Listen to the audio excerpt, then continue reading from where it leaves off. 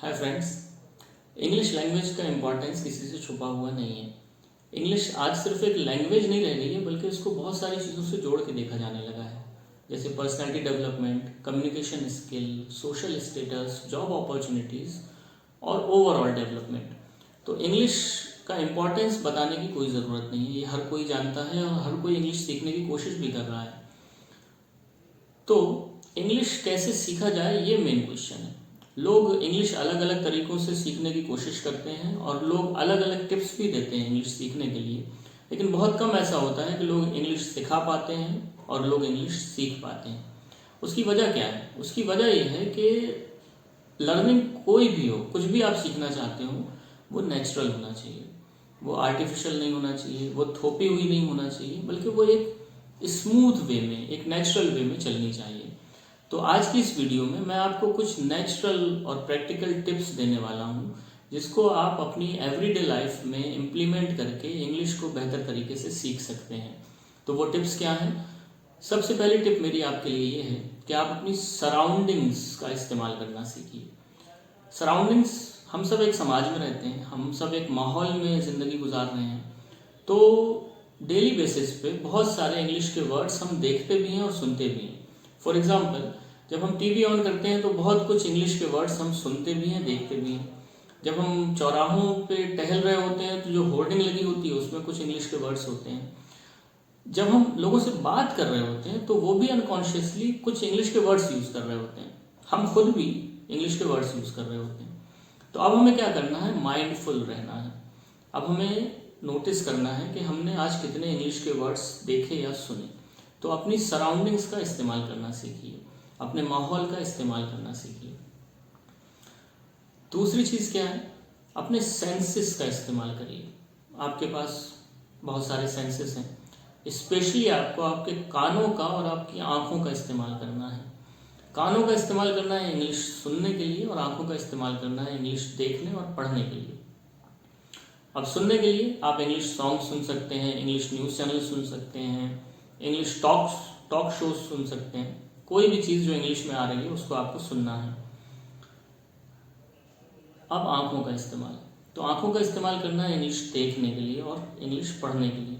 देखने में आप इंग्लिश मूवीज़ देख सकते हैं, इंग्लिश वीडियोस देख सकते हैं, इंग्लिश वेब सीरीज़ देख सकते हैं।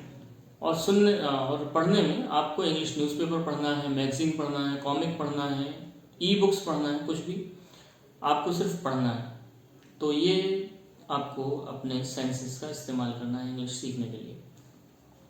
आखिरी टिप, तीसरी टिप और मोस्ट इम्पॉर्टेंट टिप ये है, आपको प्रैक्टिस पे ध्यान देना है, क्योंकि प्रैक्टिस के बगैर कोई भी चीज़ आप नहीं सीख पाएंगे। अब प्रैक्टिस कैसे करना है? तो उसमें दो चीज़ों को आपको फोकस करके प्रैक्टिस करना है। पहली है आपकी राइटिंग, दूसरी है आपकी स्पीकिंग। राइटिंग में आपको इंग्लिश में ही लिखना है, डेली लिखना है, एक पेज लिखना है और उसमें क्या लिखना है? कुछ भी लिखना है।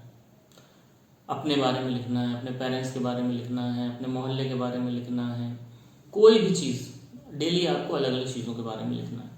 आप कुछ टॉपिक्स भी ले सकते हैं जो शुरू में ऑकवर्ड लग सकते हैं, जैसे अगर मैं परिंदा होता तो क्या करता, मैं मछली होता तो क्या करता, मैं प्राइम मिनिस्टर होता तो क्या करता, मैं पुलिस होता तो क्या करता। इस तरह के टॉपिक्स लेके भी आप लिख सकते हैं, लेकिन आपको डेली एक पेज इंग्लिश में लिखना है। स्पीकिंग, आपको इंग्लिश बोलना है। और अगर आपको कोई नहीं मिलता, अगर आपके पास माहौल नहीं है, तो भी आपको इंग्लिश बोलना है। अब इसके लिए मैंने क्या किया था, तो मैं खुद से ही बातें करता था, मैं अपने आप से इंग्लिश बोलता था। मैं छत पे चला जाया करता था, वहाँ टहलता रहता था घंटा 2 घंटा और अपने आप से ही इंग्लिश में बातें करने लगता था। क्या बातें करता था मैं? तो वो कोई ऐसी बातें नहीं होती थी कि बहुत सोच समझ के की गई हो, बल्कि हमारा दिमाग कभी खाली नहीं रहता है, इसमें बहुत सारे विचार चलते रहते हैं। तो जो कुछ मेरे दिमाग में चलता रहता था मैं उसी को इंग्लिश में बोलने लगता था, मैं उसी को इंग्लिश में बताने लगता था। मेरी कोई प्रॉब्लम है तो मैं अपने आप से शेयर करने लगता था, मेरा दिन अच्छा गया तो मैं अपना एक्सपीरियंस शेयर करने लगता था। कोई भी चीज़ मैं बात करने लगता था। शुरू में बहुत ऑकवर्ड लगा, लेकिन बाद में मैं इसको एंजॉय करने लगा। और आपको भी ऐसा करना चाहिए कि जब भी आप एकांत में हो तो अपने आप से बातें करना शुरू करिए। तो ये मेरी 3 टिप थी आपके लिए इंग्लिश सीखने के लिए। अब इसका इम्पोर्टेंस क्या है? इम्पोर्टेंस ये है कि जब आप अपनी सराउंडिंग्स का इस्तेमाल करेंगे तो बहुत सारे नए वर्ड्स आपको मिलेंगे, उन वर्ड्स की आप मीनिंग जानेंगे, उन वर्ड्स को आप अपने सेंटेंसेस में इस्तेमाल करेंगे।